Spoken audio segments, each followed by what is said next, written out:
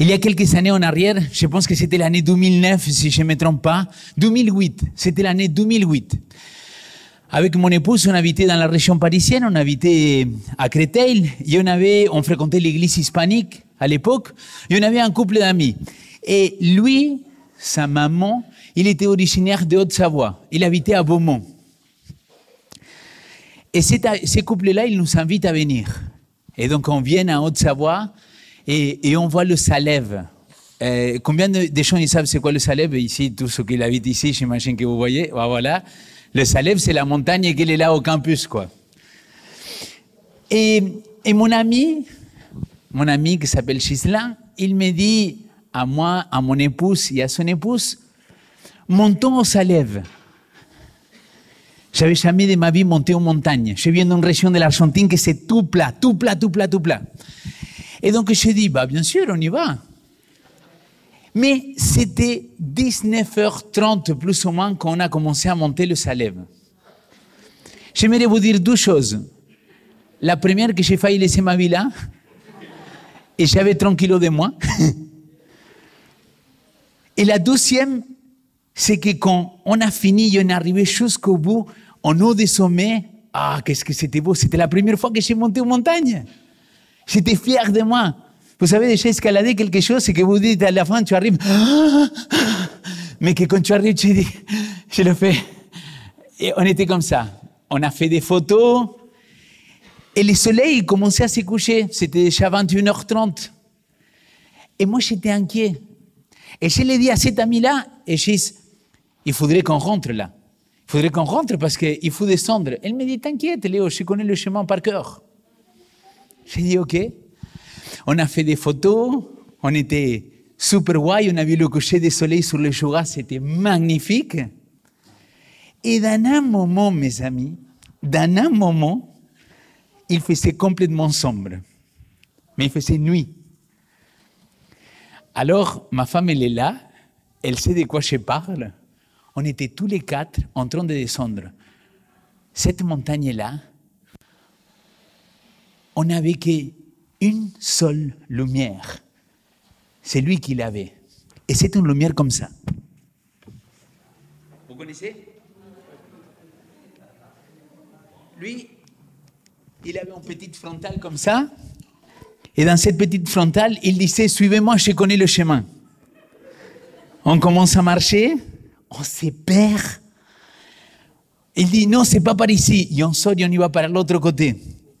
Et le seul truc qu'on avait, c'était cette petite lumière. Et je n'exagère pas, ma femme, elle est un peu peureuse dans ces circonstances-là. La femme de mon ami, elle est encore plus peureuse que ma femme. Je ne vous cache pas que dans ces moments-là, il avait des cris « Ah, on va mourir !» Non, c'est pas vrai. Ça, c'est moi que j'ajoute. J'ai fait l'homme fort, t'inquiète pas, chérie, je suis là pour te défendre. Et donc là, non mais vraiment, est-ce que vous savez ce que c'est marcher au milieu de montagne, avec les racines, avec les cailloux, et donc tu ne sais pas où tu mets les pieds parce que tu ne vois pas, c'était lui qui avait la lumière. Et lui, il allait. Et dans un moment, on était vraiment perdus. Et tu te dis, bon, mais attends, Léo, il n'y a pas 40 000 chemins dans le Salève, donc tu descends et tu descends. Oui, mais il y a des endroits que tu ne peux pas descendre. C'est assez risqué le Salève quand tu ne le connais pas. On était carrément perdus. Mais Karen, elle est mon témoin. On était tous ensemble, les quatre, et dans un moment, je lui ai dit, et mon ami Ghislain, je sais que tu penses que c'est des bêtises, mais et si on prie, mon ami? Il me dit, oui, si tu veux, je ne sais pas qu'est-ce qui va changer, je vais trouver, mais je lui ai dit, oui, tu vas trouver, ça fait 12 heures que tu me dis que tu vas trouver, et on est toujours là. J'ai faim, je suis fatigué, et dans un moment littéral, on a porté tous les deux nos femmes sur les épaules. Je ne rigole pas, on les a portées. Vous imaginez la forme physique que j'avais à l'époque, non? Conclusion, on se met tous les quatre, on prie, et on dit, Seigneur, s'il te plaît, aide-nous à retrouver le chemin pour retourner à la maison. On est fatigué, on ne sait pas comment faire. S'il te plaît, aide-nous à trouver le chemin. Et là, vous me croyez pas, on a fait 10 pas, et Ghislain, il dit, voilà le panneau, c'est par ici. Et on a commencé la descente, et c'était par là. Et cette petite anecdote pour introduire un petit peu le message de ce soir. Combien de fois dans notre vie, parfois, on n'est pas un peu perdu? Soit parce qu'on arrive à la fin de bac et on s'est dit, OK, je suis à la fin du collège, qu'est-ce que je vais étudier? Et tu es un peu perdu. Tu ne sais pas quel horizon prendre. Tu ne sais pas si faire l'université, si faire quelque chose plutôt manuel. Tu ne sais pas si faire un stage. Tu ne sais pas quoi faire. Quand tu sors et tu finis l'université, que tu t'es formé, après tu es un peu perdu. Tu te dis, est-ce que je vais plutôt ici? Est-ce que je vais plutôt là?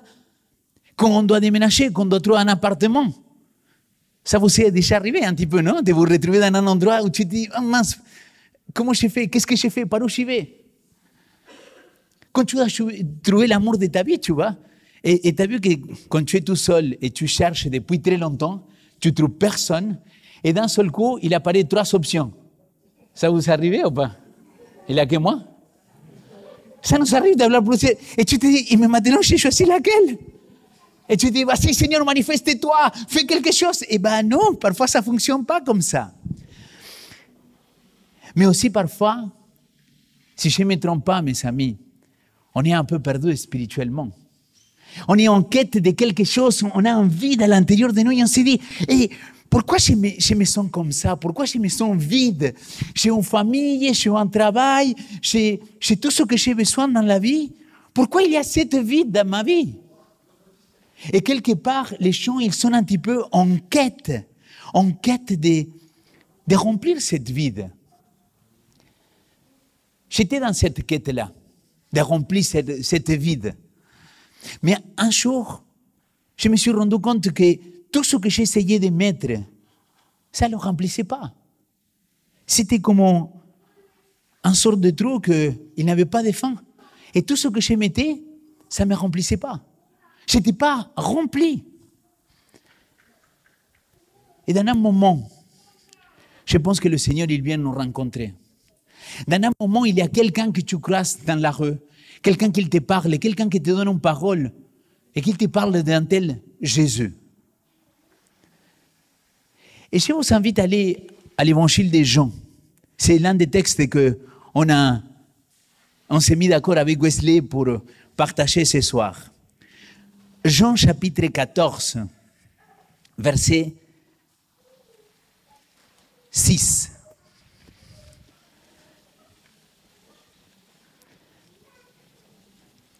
Si vous me permettez, je vais commencer quand même à partir du verset 4.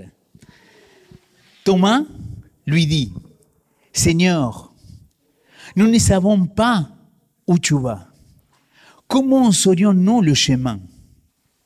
Jésus lui dit, « C'est moi qui suis le chemin, la vérité et la vie. » Amen. Attends, je vais relire, comme ça on est d'accord tous, on se met d'accord. C'est moi qui suis le chemin, la vérité et la vie. Amen. Beaucoup mieux. Personne ne vient au Père sinon par moi. Si vous me connaissez, vous connaissez aussi mon Père. Et dès maintenant, vous le connaissez et vous l'avez vu. Jésus-Christ, il venait d'annoncer le contexte. Jésus-Christ, il vient de dire à Pierre, à l'apôtre, à celui qui a marché sur l'eau, à celui qui a dit des choses pour défendre notre Seigneur, à celui qui l'a confessé, qui l'a dit, toi tu es le Fils de Dieu vivant. Il le dit à celui-là, à son apôtre, il va lui dire, hey, toi tu dis que tu vas donner la vie pour moi, mais je te dis que toi, tu vas me trahir. Tu vas me renier 3 fois. Donc ne dis pas que tu vas donner ta vie pour moi. Et dans la suite, le texte, il dit que tous les disciples, ils avaient le cœur troublé. Ils avaient le cœur vide. Ils se sont dit, attends, quelle angoisse, Seigneur, on a vécu tout ce temps-là avec toi et là maintenant tu nous quittes. Et en plus, tu nous dis que lui, ton disciple que tu as choisi, l'un des 12, il va te trahir. C'est là que Jésus-Christ il va dire au chapitre 14, verset 1, que votre cœur ne se trouble pas. Mettez votre foi en Dieu, mettez aussi votre foi en moi. Il y a beaucoup de demeures dans la maison de mon Père. Sinon, vous l'aurais dit que je vais vous préparer une place. Si donc je m'en vais vous préparer une place, je reviens, vous prends auprès de moi, pour que là où je suis, vous soyez aussi. Et là où moi, je vais, vous savez le chemin. Et c'est là que Thomas, il a dit, attends, de quel chemin tu parles? Je ne sais pas de quel chemin tu es en train de me parler. Quel est ce chemin-là? Moi, je veux aller au Père, je veux connaître le Père, je veux remplir cette vie dans ma vie. Je veux te donner tout, Seigneur, parce que je suis en quête de cette spiritualité dans ma vie. Alors, qu'est-ce que je dois faire? C'est quel le chemin? Et là, Jésus-Christ, il dit parmi les paroles les plus belles de la Bible, « Je suis le chemin, la vérité et la vie. » Je sais que les plus jeunes, vous ne connaissez pas, mais est-ce qu'ici, les plus âgés, vous connaissez c'est qui YouTube? La bande de rock? Bono, vous savez c'est qui? Quand même, les plus jeunes, vous devez écouter YouTube quand même. C'est un peu la culture musicale. Bono, il est un chrétien très engagé. Et dans un moment, on lui fait un reportage. Il a dit, avant tu pries, superstar, rockstar. Il a dit, avant tu pries, pourquoi tu pries? Il a dit, parce que je l'ai pris Jésus. Pourquoi tu pries Jésus et tu ne pries pas Dieu? Et lui, il répond dans son interview, il dit, parce que Jésus, il a dit que c'est Jésus le chemin, la vérité et la vie. Si tu veux aller au Père, si tu veux remplir ces vides dans ton intérieur, tu dois passer par Jésus-Christ. Et là, c'est intéressant parce que j'ai parlé tout à l'heure de cette lumière. Et tu te dis, est-ce que Jésus c'est la lumière? Bien sûr. Il a dit, je suis la lumière du monde. Et d'ailleurs, le psaume 119, il dit, ta parole est une lampe à mes pieds. N'est-ce pas? Cette lampe à nos pieds, c'est la parole de Dieu. Cette parole-là, c'est la lumière. Mais en réalité, Jésus-Christ l'a dit, vous sondez les Écritures parce que vous croyez trouver en elles, quoi? La vie éternelle. Mais sont-elles qu'elles rendent témoignage de moi? C'est-à-dire, quelque part, la parole de Dieu, elle est la lumière, oui, mais la lumière, elle nous amène à qui? À Christ. Pourquoi? Parce que Jésus, il est le chemin, la vérité et la vie. Et les amis, là, ce qu'on va vivre aujourd'hui, c'est le moment de baptême. Vous savez, c'est quoi? C'est dire, Seigneur, j'ai foi. J'ai foi que tu es mort et que tu es ressuscité. Que tu es parti, mais que bientôt tu viens nous chercher. Tu sais, ça signifie quoi, les sauts de baptême? Dire, Père, moi aussi, je veux mourir au moi et je veux te laisser vivre, toi, dans ma vie. C'est un symbole. Cet eau-là, il n'est pas un eau bénie, ce n'est pas un eau sanctifiée. Mais c'est un symbole pour dire que chacun de nous, peut-être tu la connais depuis ta naissance, peut-être tu es en train de le connaître. Tous, on a besoin de remplir ces vides-là. Et si vous voulez remplir ces vides-là, il n'y a pas 48 000 moyens. C'est que Jésus-Christ, qu'il peut vous amener au Père. Parce que c'est lui le chemin, la vérité et la vie. Amen. Maintenant, j'aimerais donner la parole à Wesley. Parce que Wesley, il a retrouvé ce chemin, la vérité et la vie. Donc, je t'invite à venir. Quand on sera dans le baptistère, je vais dire quelques mots de Wesley. Mais là, quand je le connais à Wesley, il avait une tête de moins que moi. Oh, peut-être 2. Et là, maintenant, il a une tête de plus. Bon, ne te la pète pas. Peut-être un peu moins d'une tête. Mais en tout cas, Wes, merci beaucoup de vouloir partager avec nous ton témoignage et pourquoi le Seigneur Jésus-Christ, il est le chemin, la vérité et la vie pour toi. Bah déjà, bonjour aux gens que je ne connais pas. Et bonjour à la famille et à ceux qui nous suivent aussi sur Zoom. Tout d'abord, pour commencer, j'ai grandi dans un foyer chrétien avec maman qui est juste là. Et elle m'a inculqué beaucoup de valeurs que j'ai compris à un moment de ma vie. Au début, je n'avais pas forcément compris. Et c'est ça, je pense, qui fait une différence, le fait qu'elle m'ait laissé comprendre. Et elle ne m'a pas imposé elle m'a pas, elle m'a pas imposé la chose, tout simplement. Donc j'ai grandi, j'étais un enfant comme vous et moi, et j'allais à l'église, mais c'était plus pour m'amuser et voir les frères, les enfants, et voilà. J'ai grandi dans ce foyer-là. Après, malheureusement, est venu des temps où je n'allais plus forcément à l'église, et une longue période, mais ça ne voulait pas forcément dire que j'étais plus, je n'aimais plus Dieu.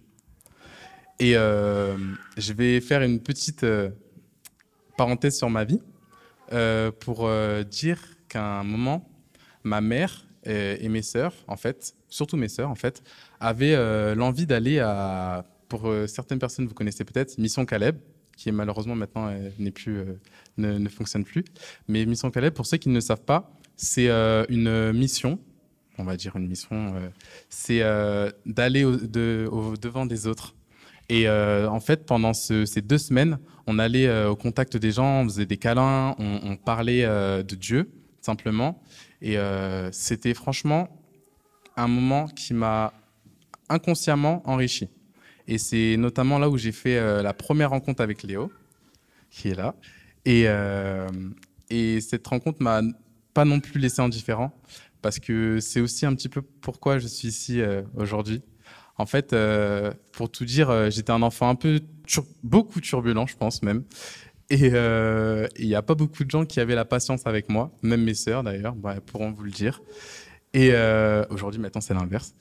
Et Léo, il a trouvé ce truc qui canalise l'enfant et qui met l'enfant en admiration, entre guillemets, si j'ai envie de dire pour un enfant. Et en fait, Léo, il était toujours là, même sans s'en rendre compte. On a vraiment beaucoup rigolé et inconsciemment, il m'a marqué. Quand j'étais petit, hein, je n'étais pas conscient qu'il m'avait marqué, mais c'est plus tard que j'ai compris que Léo, il avait il est dans mon cœur quand même. Et du coup, en grandissant, donc après Mission Caleb, et bah, j'allais pas forcément plus à l'église, mais je sais que ça m'a fait un grand changement dans ma vie. Et j'ai grandi, donc j'étais au collège, j'ai fait toutes mes années collège, j'ai eu mon brevet. Donc je continue à demander à Dieu de m'aider. Donc pour mon brevet, je l'ai eu de justesse, mais je sais que c'est grâce à Dieu, parce que j'ai travaillé que en 3e, et les 3 autres années, j'avais rien fait du tout. Je ne sais pas si ça fonctionne pareil en Suisse, mais en France, la 3e, c'est une année très importante. Et la 3e, bah, c'est là où j'ai travaillé, mais les 3 années avant, elle était importante pour la 3e. Donc en fait, si je ne travaillais pas les 3 années avant, bah, c'était difficile pour la 3e. Et grâce à Dieu, j'ai réussi à avoir mon brevet. Donc ça, je remercie Dieu, je l'ai longtemps remercié pour ça. Et également pour le lycée. J'ai eu mon lycée, j'ai eu mon bac, pardon. Donc je l'ai eu de justesse. J'ai failli ne pas l'avoir à cause de mes stages. Donc grâce à Dieu, même si j'avais pas le nombre de semaines de chasse qu'il me fallait, Dieu, il a permis que j'ai mon bac sans avoir le nombre de semaines. J'étais à la moitié du nombre requis pour l'avoir. Donc en fait, j'aurais même pas dû l'avoir. Et Dieu sait par quel miracle je l'ai eu. Et au début, je m'en rendais pas forcément compte. Mais c'est en mettant tout devant mes yeux, je me suis dit, mais en fait, je t'ai demandé quelque chose et tu l'as répondu même plus que je ne l'aurais su attendre. Et à la fin du lycée, j'étais content, j'ai eu mon bac. J'ai fait une mention pendant 1 an complémentaire. Donc je l'ai eu aussi haut à la main. Donc, et d'ailleurs, ce jour-là, je me permets de faire une petite parenthèse. Ce jour-là, le jour de l'examen, il y a eu des problèmes de train. J'étais à 5 minutes de ne pas pouvoir passer l'examen et je l'ai passé. Et je l'ai eu. Et bah, gloire à Dieu, parce que franchement, j'étais super stressé. Du coup, voilà, j'ai eu mon diplôme haut la main. Et c'est en regardant tout ça que je me rends compte que bah, Dieu, en fait, il a toujours été là, même si j'étais pas forcément. Je lui demandais de venir en aide, mais c'était bon Seigneur, aide-moi, tu sais, devant la copie. C'était même pas mon Seigneur, aide-moi, et voilà. Il y avait un cœur sincère, mais je pense que vous voyez ce que je veux dire. Dans le stress, voilà. Et en fait, j'ai fait mon choix, j'ai réfléchi. Ça a été très rapide mon choix en fait. C'est au baptême d'un frère à moi, donc, qui s'appelle Samuel, je pense qu'il nous suit sur Zoom. Et en fait, à ce baptême qui s'est déroulé à Franconville, dans le nord de la France, autour de Paris, j'ai réfléchi à ce moment-là, dans la voiture en fait, et je me demandais pourquoi je ne suis pas baptisé, entre guillemets. Et je pense la plupart des gens qui se sont baptisés savent qu'ils attendaient la perfection. Moi, la plupart des gens que je connais, ils attendaient la perfection. Et en fait, quand on comprend que la perfection, on l'a que en Jésus, et ben c'est là qu'on accepte Jésus, tout simplement. Et ouais, et du coup, c'est là que je réfléchissais. Et je me suis dit, j'ai remis tous les moments dans ma vie. Et je me suis dit, franchement, en fait, avant ça aussi, parce que j'ai revu Léo à Montluçon, qui est un grand rassemblement de jeunes. Et c'est ça aussi qui m'a aussi donné envie d'aller vers Léo et de lui demander. Bon, je ne l'ai pas demandé à ce moment-là, mais j'y ai pensé à ce moment-là. C'est grâce à ça. Parce que, comme il vous dira après, on avait un petit jeu. Un petit jeu ensemble. Il vous montrera. Et tout simplement, en fait, j'ai réfléchi. J'ai réfléchi. Donc ça s'est fait très rapidement, en l'espace d'une journée, une après-midi. Et j'ai réfléchi à tout. Et à la fin, du coup, dès que Samuel, mon frère, s'est fait baptiser et plonger dans les eaux, il y a l'appel. Et là, Johan, qui est juste là, me regarde et je lui en avais parlé. C'est le premier qui était au courant. Et il me regarde, il me dit vas-y. Et il me dit allez, vas-y. Et moi, je sais pas, je me dis non, mais t'inquiète, j'en parlerai à Dominique, qui est ma pasteur de Creil, que je salue, si elle nous suit. Et je dirais non, t'inquiète, je vais en parler à Dominique directement, ça sert à rien que je me lève et tout ça, me force pas à me lever et tout ça. Et je sais pas, là j'ai dit, bon allez, c'est quand même un témoignage vivant, le baptême, donc montre aux gens, on va dire l'exemple. Et d'ailleurs, ça va me suivre après. Et j'ai dit, bon allez, j'y vais. Je me suis levé. Je sais plus, j'étais combien? Je sais plus, j'étais le premier. Je sais plus. Non, je n'étais pas le premier. Hein. Non, je suis pas le premier. Je suis pas le premier. Mais quand je me suis levé, j'avais l'impression d'être le premier parce que, en fait, tous mes potes, ils ont commencé à crier ouais et tout. Et du coup, bon, ils m'ont un peu mis mal à l'aise, voilà, pour pas changer. Et mais au moment quand j'étais debout, je me suis dit ouais, ça y est, c'est bon. Allez, là, j'y vais. Et juste après la cérémonie, il y a tout le monde qui m'a dit « Ah, super !» Ils étaient super contents. Ils m'ont dit « Alors, qu'est-ce que tu vas faire ?» et tout. Et là, je leur ai direct dit « Je vais aller me baptiser à Genève. Je vais aller me baptiser. C'est Léo qui va me baptiser. » Et je leur ai dit. Et ils ont fait « Ah, d'accord. » Ils étaient un peu déçus. Ils se sont dit « Ah, c'est dommage, tu fais pas ça ici et tout. » Et j'ai dit « Oui, bah, je suis désolé, mais bah, c'est mon choix. J'ai envie de faire ce choix. » Et j'en avais même pas encore parlé à Léo, que j'avais déjà envie, en fait. Et je m'excuse d'ailleurs pour les gens. Enfin, je m'excuse. Je vous en veux pas ceux qui ne sont pas là. Au contraire, c'est mon choix. Si vous venez pas, c'est pas du tout grave. Vous êtes là, dans tous les cas. Et du coup, j'en ai parlé après à quelques temps à Léo. Et il m'a dit waouh, bah il était surpris d'un côté et il était super content aussi de l'autre. Et je lui ai expliqué pourquoi je voulais que ce soit lui. Donc ce qu'il m'a apporté inconsciemment ou peut-être consciemment. Je sais pas si tu en es rendu compte. Mais voilà. Et aujourd'hui, même avant mon baptême, bah, du coup, qui est aujourd'hui, et bah, entre ce laps de temps où j'ai choisi de me baptiser et ce jour-là, j'ai essayé par tous les moyens de parler de Dieu quand j'en avais l'occasion. Aujourd'hui, je suis à Castres pendant une petite année. J'accompagne ma copine. Et j'ai fait des rencontres à Castres, qui d'ailleurs, ils sont peut-être en train de me regarder, je leur ai partagé le lien. Et j'ai pas forcément... je leur ai dit, moi, je suis chrétien, je crois en Dieu, je vais à l'église le samedi. Je leur ai tout expliqué sur les adventistes, parce que je sais pas si vous savez, mais enfin, si pour vous, mais pour moi, il y a beaucoup de gens qui font, c'est bizarre. Et quand je leur ai dit que je me baptise aujourd'hui, ils me font, t'es pas baptisé? Bah non, non, mais là, je vais l'être. Et je leur parle, en fait. Je leur parle, et même si ça pas forcément, ça ne va rien apporter à eux, moi, je sais que je leur ai fait. Et franchement, c'est un plaisir de parler de Dieu comme ça. Et ça me met... Quand je parle de Dieu avec des gens que je rencontre, ça me fait plaisir. Et même quand ce sera des petites secondes, un jour, je m'en souviens, j'allais au lycée et il y a quelqu'un qui m'a demandé une pièce. Et je lui ai donné une pièce de, je crois que j'avais vraiment rien. J'ai dit, j'ai 20 centimes. Il m'a dit, ouais, c'est très bien et tout. J'ai dit, eh ben, que Dieu te bénisse. Et je pense que juste le que Dieu te bénisse, c'était beaucoup plus que le 20 centimes que je lui avais donné. Et il a été surpris. Il a fait, ah, merci toi aussi. Et il est parti. Et je me suis dit, ça se trouve peut-être un petit mot, on ne sait pas, hein, ça va le faire déclencher un truc et ça se trouve aujourd'hui il est déjà baptisé, on ne sait pas. Mais en tout cas, juste des petites... Moi, c'est pas grave si les gens, malheureusement, ils viennent pas à Dieu, ce qui est très triste. Moi, je leur ai dit, Ne cherche pas la religion, mais cherche la relation avec Dieu et avec Jésus, surtout. Et parce qu'il y a beaucoup de religions qui voudront nous dire oui, viens ici, viens là, viens là. Non, tu fais ton expérience avec Dieu et tu vois là où tu te sens le mieux. Et il n'y a personne qui doit t'obliger à être dans une religion ou quelque chose comme ça. Donc voilà, c'était un petit peu mon histoire. Profession de foi. Ah ouais,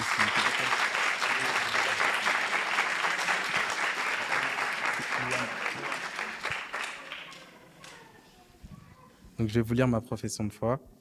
Je vais vous faire ma profession de foi. Alors, j'ai mis ma confiance en Dieu, mon Père du ciel, créateur de l'univers et de tout ce qu'il contient. Son amour me comble de bonheur et je le remercie pour son infaillible fidélité. Je veux passer ma vie en compagnie de Jésus-Christ, le Sauveur qui a pardonné mes péchés. Il est mort et ressuscité pour moi. Il me porte dans son amour auprès du Père. J'ai choisi de marcher dans la communion de Saint-Esprit pour vivre une vie victorieuse, heureuse et épanouie. Je remercie Dieu pour sa parole écrite, le réconfort et l'instruction qu'elle apporte dans ma vie au quotidien. J'espère pouvoir grandir dans la confiance et la fidélité à tous ces enseignements. Je veux célébrer toute ma vie le bonheur du pardon de Dieu, de la nouvelle création et de l'espérance d'un monde nouveau, jouissant de chaque sabbat que Dieu me donne de vivre dans la compagnie de ses enfants. J'attends avec joie le retour de mon Sauveur Jésus-Christ. J'ai confiance qu'avec lui, je fêterai la joie de la résurrection de tous ceux que Jésus ramènera à la vie.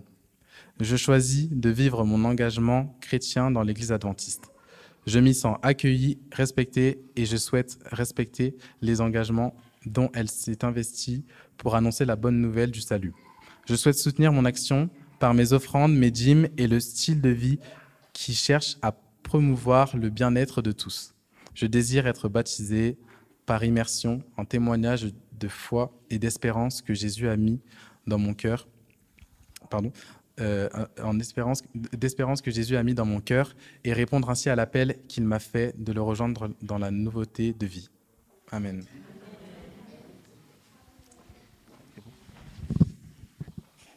On dit merci à Wesley. Wes, tu peux aller t'asseoir parce que là, il y a une petite surprise des gens qui ont préparé quelque chose pour toi.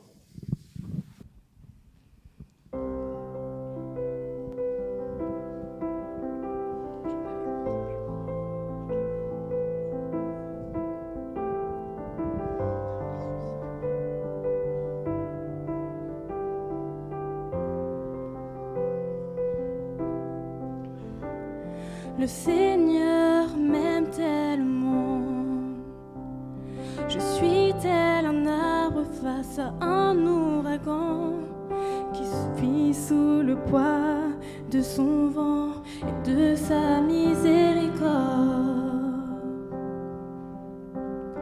En l'espace d'un instant, sans que je ne lui demande, sa grâce efface mes afflictions. Alors je réalise à quel point il est bon et combien grande est son affection. Oh, combien il nous aime.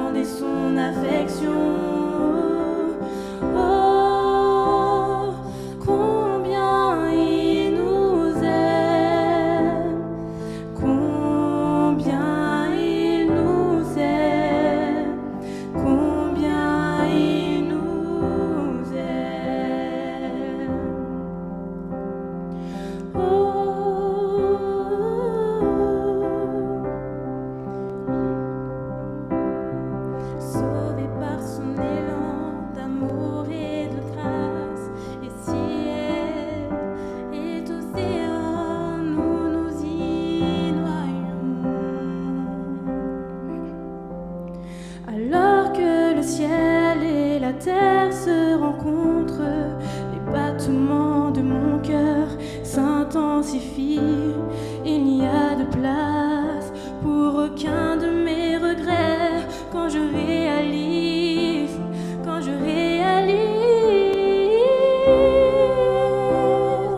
combien Dieu les aime, combien il nous aime, combien il nous aime.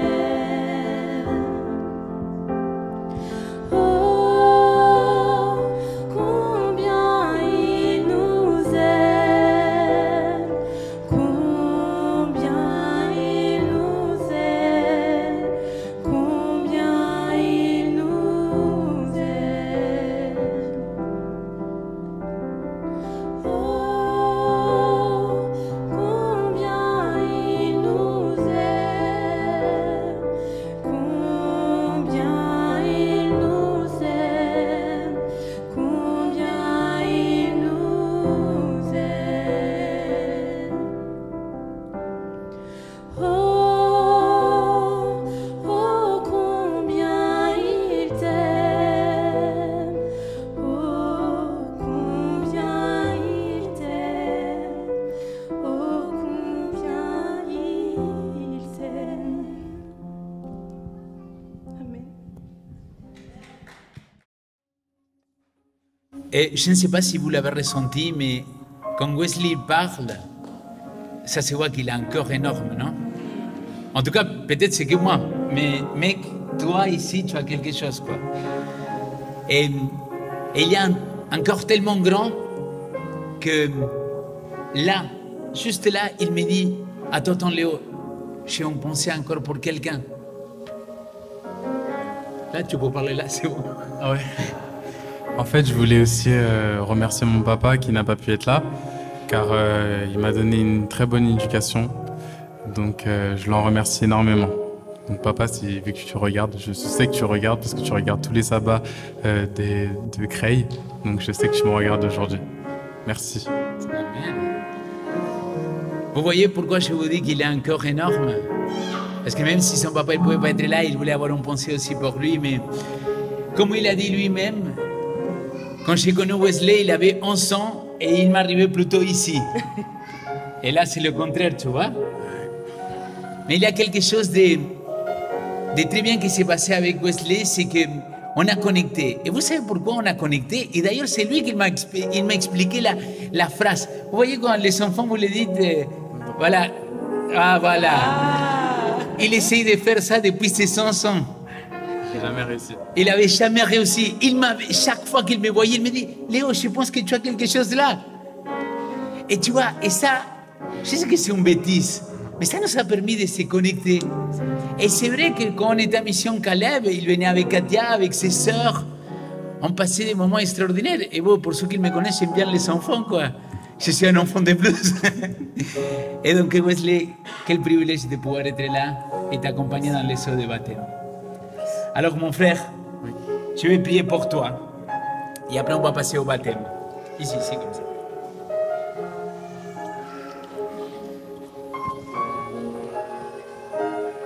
Papa du ciel,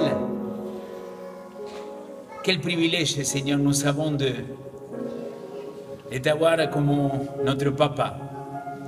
Quel privilège nous avons d'avoir un frère comme notre Seigneur Jésus-Christ. Que grâce à lui, aujourd'hui, on peut être appelé enfant de Dieu. Seigneur, ici, il y a une de tes créatures, Wesley Nelson, qu'il souhaite témoigner devant tous ces gens-là, devant les gens qu'il regarde sur Internet, sur le Zoom, que toi, tu es son sauveur, et tu es son roi, et qu'il attend ton retour, Seigneur. C'est pour cela que ce soir, Seigneur, en tant que ministre de l'Évangile, je le baptise au nom du Père, du Fils Jésus-Christ et du Saint-Esprit. Amen.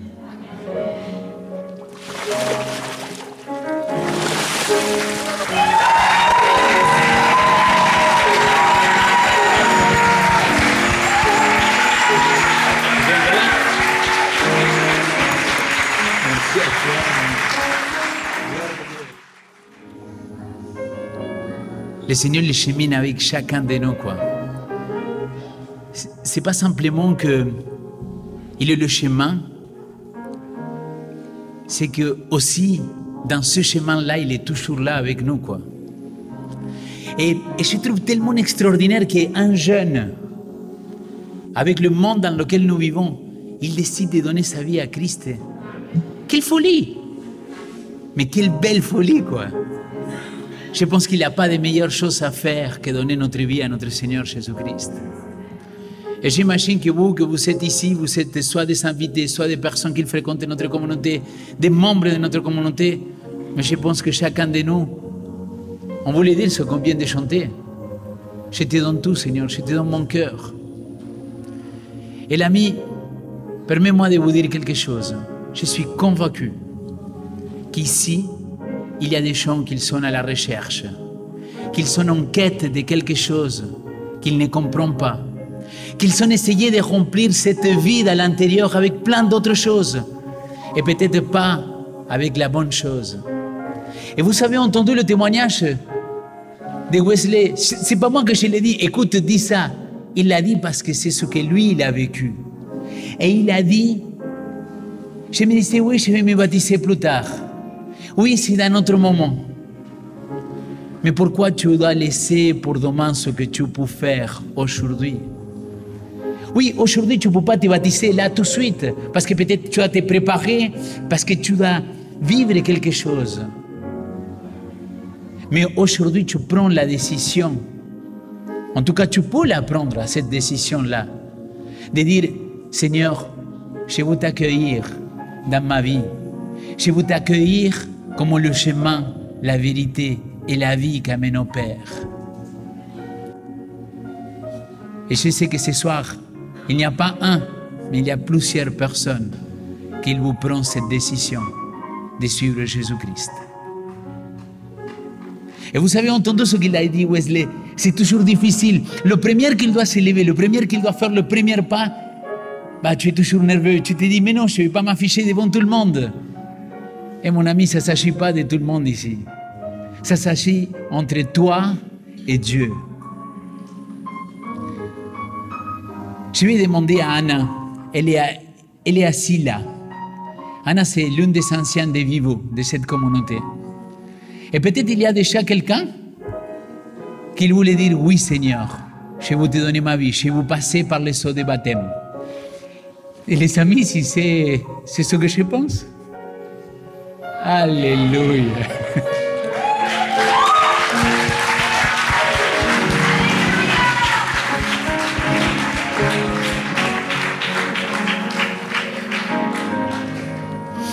Maintenant, c'est moi que je ne peux pas parler. Gloire à Dieu, Eddie, pour cette décision. Tu le suis dans ton cœur depuis très longtemps. On a beaucoup parlé de ces moments-là.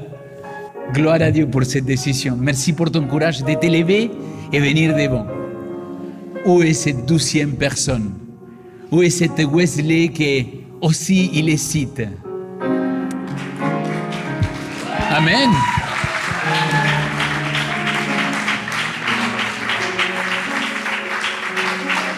Natacha, Ricardo, Megan.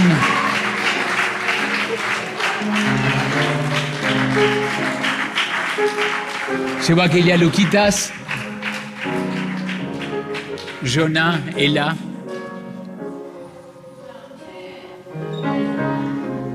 Amen.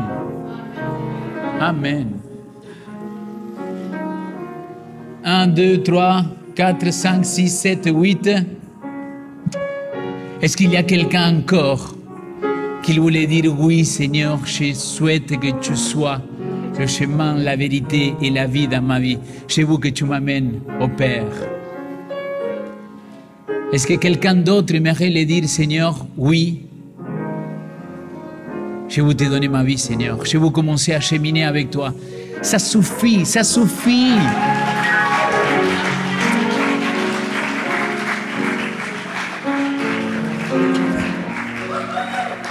Amen.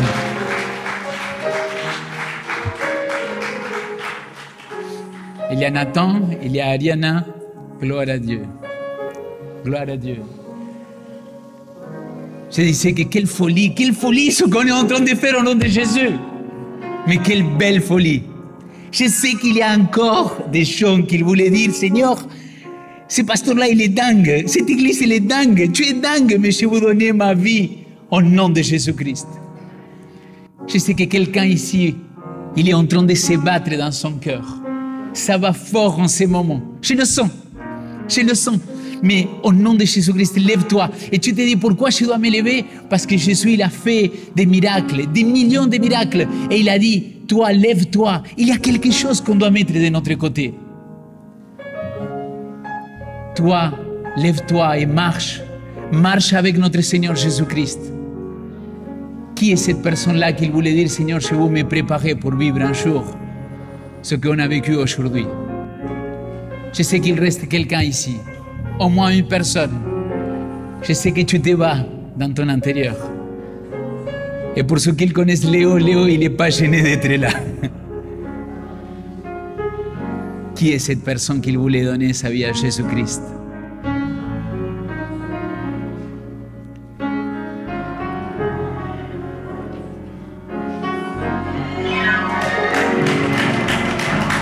Amen. Amen.